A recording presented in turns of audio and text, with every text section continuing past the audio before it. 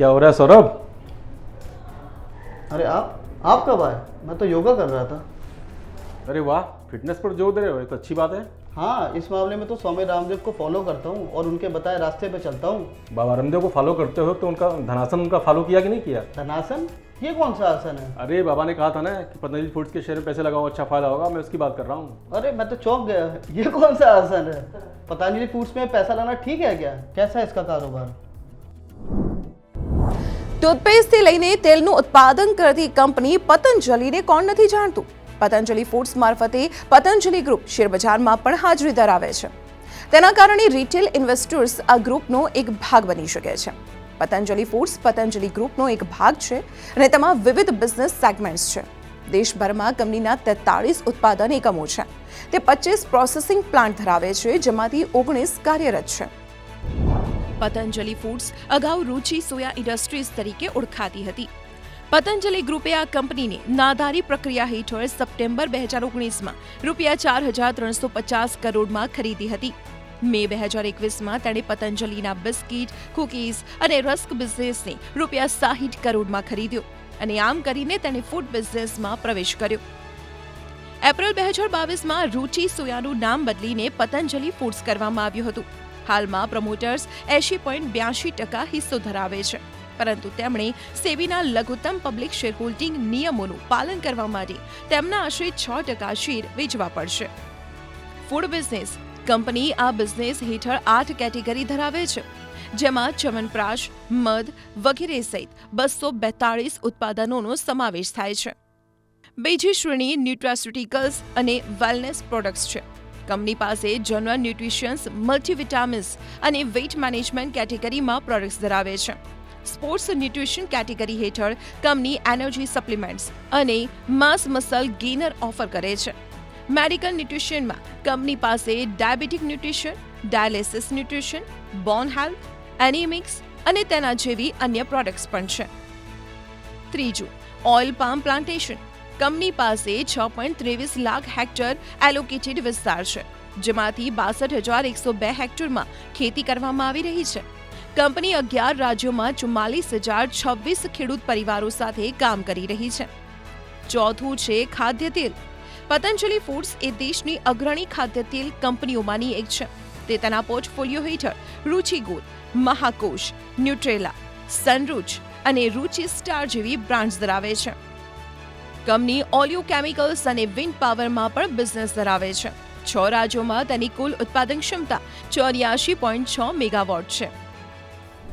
पतंजलि की जो खास इम्पोर्टेंट है, जो यूनिक बनाता है, वो यही है कि इटसेल्फ उनकी ब्रांडिंग इस तरीके की रही जिससे कि उनकी कॉस्ट काफी कम रही, क्योंकि जब दूसरी कंपनी इन्वॉल्व होती है तो उनको ब्रांडिंग में काफी बड़ा खर्चा करना पड़ता है. लेकिन और दूसरी बात है कि यहाँ पर बाबा रामदेव जी का खुद का एक ब्रांड था. साथ ही उन्होंने योग से और जो शिविर लगाते थे और इसकी वजह से उन्होंने जो पैसा अपना कलेक्ट किया होता वो इटसेल्फ मनी पतंजलि फूड में इनपुट किया और उसको प्रोडक्शन को बढ़ाया. तो कॉस्ट यहाँ पर बहुत कम था, जिसकी वजह से पतंजलि फूड के प्रोडक्ट और पतंजलि फूड जो है वो यहाँ पर सक्सेसफुल हो पाया. पतंजलि फूड की चुनौती की बात करें तो सबसे बड़ी चुनौती उनका खुद का ब्रांड भी यहाँ पर खड़ा होता है, क्योंकि आज कंपटीशन के दौर पे आपको बड़े बड़े ब्रांड्स जो हैं वो नजर आ रहे हैं, लेकिन उनकी ब्रांडिंग दूसरे तरीके से है. और यहाँ पर पतंजलि फूड की जो ब्रांडिंग है वो एक सिंपल तरीके से, और उस पर 2 ब्रांडिंग के लोग हैं, एक बाबा रामदेव और दूसरे उनके सहयोगी. अब होता क्या है कि अगर इन पे कोई भी कंट्रोवर्सी होती है तो इसका सीधा इम्पैक्ट पतंजलि फूड पे पड़ता है, पहला. दूसरा कि पतंजलि फूड ने बहुत सारे ब्रांड और बहुत सारी चीजों को एक साथ पतंजलि के अंदर लॉन्च किया है. इसकी वजह से थोड़ा सा मिसअप देखने को मिलता है. કંપની દેશભરમાં 4,763 ડિસ્ટ્રીબ્યુટર્સ અને સાથે મજબૂત ડિસ્ટ્રીબ્યુશન નેટવર્ક ધરાવે છે. તે દેશભરમાં 4,57,788 રિટેલ આઉટલેટ્સમાં હાજરી ધરાવે છે. ડિસેમ્બર 2020 સુધીમાં કંપનીની પ્રોડક્ટ્સ 31 દેશોમાં નિકાસ કરવામાં આવી રહી હતી. કોવિડ-19ને પગલે આરોગ્ય સંભાળ ઉત્પાદનો પર વધુ ધ્યાન આપવામાં આવ્યું છે. સંગઠિત ક્ષેત્રો અને રાષ્ટ્રવાદ પર વધુ ધ્યાન કેન્દ્રિત કરવાથી એવી અપેક્ષા રાખવામાં આવે છે કે કંપનીની પ્રોડક્ટ્સના વેચાણમાં વધારો થશે. વર્ટિકલ ઇન્ટિગ્રેશન ટેકનિકલ નોલેજને વધારાશે અને એક સેગમેન્ટના ફાયદાને અન્ય સેગમેન્ટ્સને પ્રોત્સાહિત કરશે.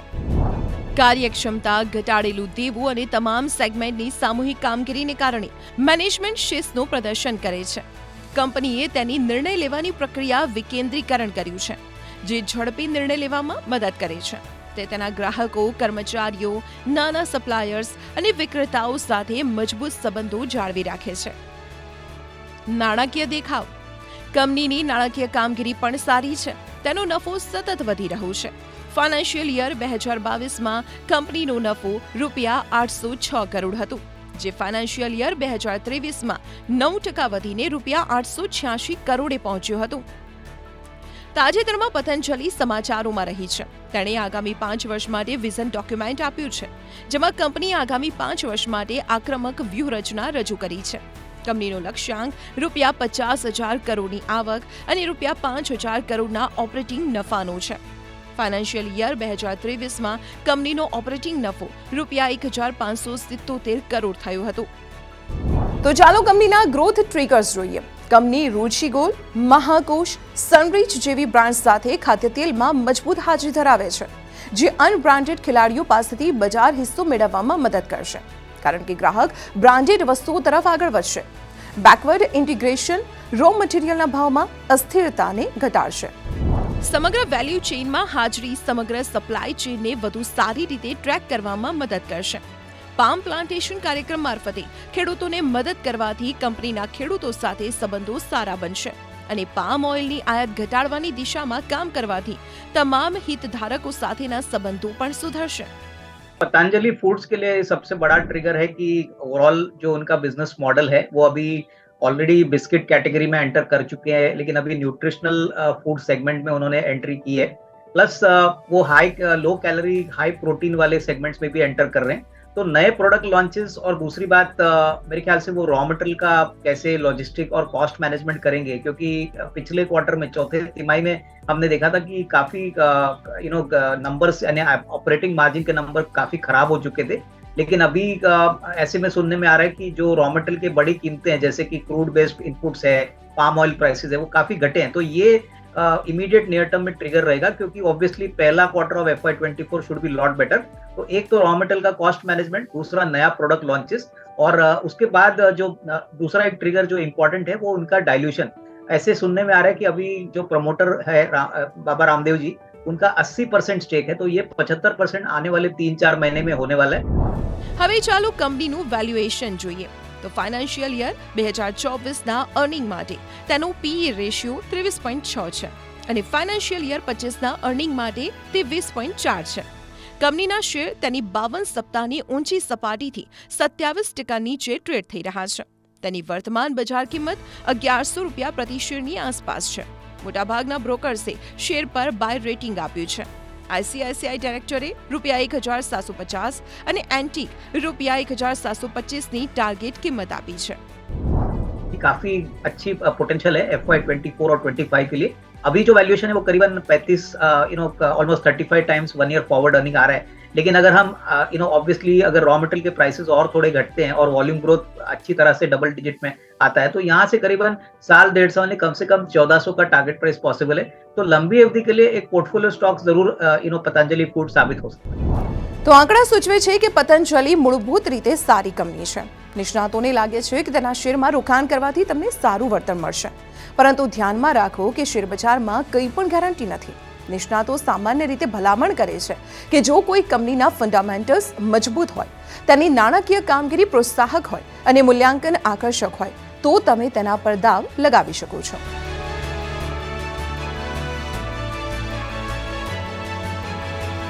આવા જ ઇન્ટરેસ્ટિંગ વિડીયો જોવા માટે આપ મની9 ગુજરાતીની YouTube ચેનલને સબસ્ક્રાઇબ કરી શકો છો. સાથે જ રેડ આઇકન બટન દબાવજો. એટલું જ નહીં, મની9 ગુજરાતીના ફેસબુક પેજને પણ આપ લાઇક કરી શકો છો અને ટ્વિટર અને ઇન્સ્ટાગ્રામ આ બંનેને ફોલો કરવાનું ના ભૂલતા, કારણ કે સમજ છે તો સહજ છે.